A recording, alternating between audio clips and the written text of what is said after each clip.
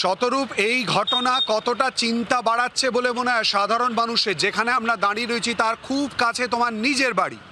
হ্যাঁ দেখুন, চিন্তা তো অবশ্যই এ তো বাড়বে বলে স্বাভাবিক কথা। এটা খুব রাতের অন্ধকারে কেউ একটা করে দিচ্ছে এমন নয়, একেবারে ভর সন্ধ্যেবেলা, সন্ধ্যে 7টা সাড়ে 7টার সময় তুমি এখন ওখানে দাঁড়িয়ে আছো। ওই জায়গাটা অত্যন্ত একটা জনবহুল ক্রাউডেড এলাকা, এলাকার একজন কাউন্সিলর, এবং কাউন্সিলরের থেকে বড় কথা একেবারে পাড়ার লোক, সুতরাং চিন্তা তো হবেই। কিন্তু আমি কতগুলো কথা বলছি, আমি এতক্ষণ ধরে, তুমি দেখে যা মনে হচ্ছে তুমি হয়তো এখন সুশান্ত ঘোষের বাড়ির ভেতরে নেই, তুমি বেরিয়ে এসছো, সরাসরি ওনাকে প্রশ্ন করার সুযোগ নেই, কিন্তু আমি এতক্ষণ ধরে ওনার কথাগুলো আমি শুনছিলাম।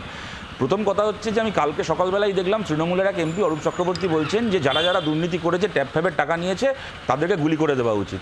সন্ধ্যেবেলায় দেখলাম একজন তৃণমূল কাউন্সিলরকে গুলি করতে চলে গেল। আমি জানি না ঘটনা দুটোর মধ্যে কোনো সম্পর্ক আছে কিনা, কিন্তু আমি একটা কথা আমি সুশান্ত ঘোষকে বলতে শুনলাম যে এই বিরোধীরা অভিযোগ করছে এর মধ্যে কোনো গোষ্ঠীদ্বন্দ্ব আছে। একটা আমি ওনাকে অ্যাপ্রিসিয়েট করছি, পশ্চিমবাংলায় বন্যা হলে মমতা বন্দ্যোপাধ্যায় বলতেন বিরোধীদের চক্রান্ত, ম্যানমেড বন্যা, সেখান থেকে উনি পরিষ্কার বললেন যে এর মধ্যে কোনো রাজনীতি বা কোনো বিরোধী দলের ভূমিকা নেই। ওনার এই সততাকে আমি মানে ওয়েলকাম করছি।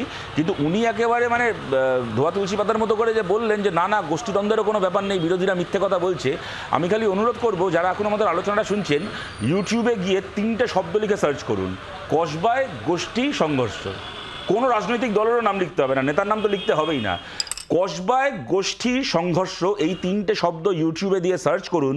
24 ঘন্টা সহ বাংলার সমস্ত নিউজ চ্যানেলের কম করে একটা চ্যানেলের 10টা করে রিপোর্ট স্টোরি বেরিয়ে আসবে গত 3-4 বছরের, এবং প্রায় প্রতিটা স্টোরি সুশান্ত ঘোষকে কেন্দ্র করে, রাজডাঙ্গা অঞ্চলকে কেন্দ্র করে গোষ্ঠী সংঘর্ষের। আজকে থেকে কয়েক মাস আগে 4 জুন, তোমরা 24 ঘন্টায় আমার সামনে এখন এটা বার করা আছে ইউটিউবে, তোমরা খবর করেছো সুশান্ত ঘোষের সাথে এখন যিনি ওখানকার কাউন্সিলর লিপিকা মান্না, সেই দুই গোষ্ঠীর ঝামেলায় তুমি এখন যে এলাকায় দাঁড়িয়ে আছো, ঠিক ওই রাজডাঙ্গায় সারা রাত ধরে গোলাগুলি এবং বোমাবাজি চলেছে।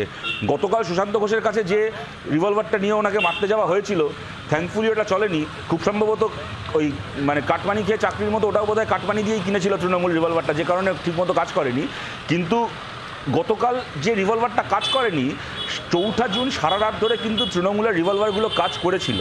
সারা রাত ধরে গুলি চলেছিল, বোম পড়েছিল, এবং রাজডাঙ্গার শান্তিপ্রিয় মানুষ, তাদের মধ্যে তৃণমূল সমর্থক পরিবারও আছেন, তাদের সন্তানকে মানে বুকে জড়িয়ে ধরে কাঁপছিলেন যে কখন বাইরে এই গণ্ডগোল থামবে, নাহলে কখন আমাদের ঘরে একটা বোম এসে পড়বে। 2 বছর আগের খবর তোমাদের চ্যানেল থেকে আমি দেখলাম, এখন 2022 সালের 10ই জুন, তখন আবার সুশান্ত ঘোষের বিরুদ্ধে অভিযোগ ছিল লিপিকা মান্নার অনুগামীদের বাড়িতে গিয়ে ঢিল মারার, হামলা করার। এবং আমি যে কারণে বলছিলাম যে উনি এখন থাকলে ভালো হতো, আমি জানতে চাই সুশান্ত ঘোষের কাছে 2021-এর বিধানসভা ভোটের কয়েক মাস আগে তৃণমূলের একটা মিটিংয়ে ওনাকে, এই সুশান্ত ঘোষকে, স্বরূপ ঘোষকে মেরে হাসপাতালে ভর্তি করে দেওয়া হয়েছিল। জাভেদ খানের লোকেরা এনাকে মেরে হাসপাতালে ভর্তি করে দিয়েছিল। ইনি হাসপাতালে, এনার ট্রিটমেন্ট হয়েছিল, হাসপাতালে ভর্তি ছিলেন বেশ কিছুদিন। যে কারণে আমি দেখো 2021-এ আমিও ওখানে বামফ্রন্টের প্রার্থী ছিলাম, তোমরা জানো 2021-এর গোটা বিধানসভায় তোমরা একটা ছবি দেখাতে পারবে না কসবায় তৃণমূল কংগ্রেসের প্রচারে সুশান্ত ঘোষ কোনো মিটিং মিছিল কোনো কিছু করছেন। উনি নন্দীগ্রামে মমতা বন্দ্যোপাধ্যায়ের প্রচারে ছিলেন। আমি কথাগুলো এই কারণে বলছি, এই ঘটনার পেছনে আমরা যতদূর দেখো, আমরা তো কোনো মানে সিবিআই কি ইডি কি সিআইডি নই, কিন্তু পাড়ায় থাকার সুবাদে, ওই এলাকায় রাজনীতি করার সুবাদে আমরা যেগুলো জানতে পারছি যে এই পেছনে বাইপাসের ওপারে মাটিনপাড়া গুলশান কলোনির চত্বরে একটা জমি, এবং সেসব নিয়ে 2 প্রমোটার গোষ্ঠীর মধ্যে গন্ডগোল, সুশান্ত ঘোষের লোকেরা ওখানে প্রমোটিং করবে নাকি উল্টো গোষ্ঠী করবে, তাই নিয়ে নাকি কিছু হয়েছে। এটা ঠিকও হতে পারে, ভুলও হতে পারে, কিন্তু আমি যে কথাটা বলছি তা হচ্ছে তৃণমূলের সঙ্গে তৃণমূলের এই সংঘর্ষ না আজকে খালি এই দুটো দলের মধ্যে সীমাবদ্ধ নেই। তুমি যে জায়গা থেকে প্রশ্নটা করছো, একেবারে সাধারণ মানুষ, তিনি ওখানে পরিবার নিয়ে বসবাস করছেন, কেন আজকে তার বাড়ির সামনে গুলি চলবে, কেন তার বাড়ির সামনে বোম পড়বে? উনি আজকে বলছেন যে 70 দশক 80 দশকের যে কসবা ছিল এখন বিরাট শান্তিপ্রিয় করে দিয়েছেন। যেখানে তুমি দাঁড়িয়ে আছো ওখান থেকে জাস্ট 5 পা দূরে কসবায়, ওই কসবা বাজারের আগে উত্তরপাড়ায় পলাশ জানা বলে একটা ছেলে, 2017 সালের ঘটনা, তুই জানো জলের লাইনে জল নেওয়ার ঝামেলা, বালতিটাকে আগে রাখবে তাই নিয়ে ঝামেলা, দিনের বেলা সকাল 11:30-টার সময় কুপিয়ে খুন করে দিল ছেলেটাকে, সকাল 11:30-টার সময়, একটা জলজান্ত ছেলেকে।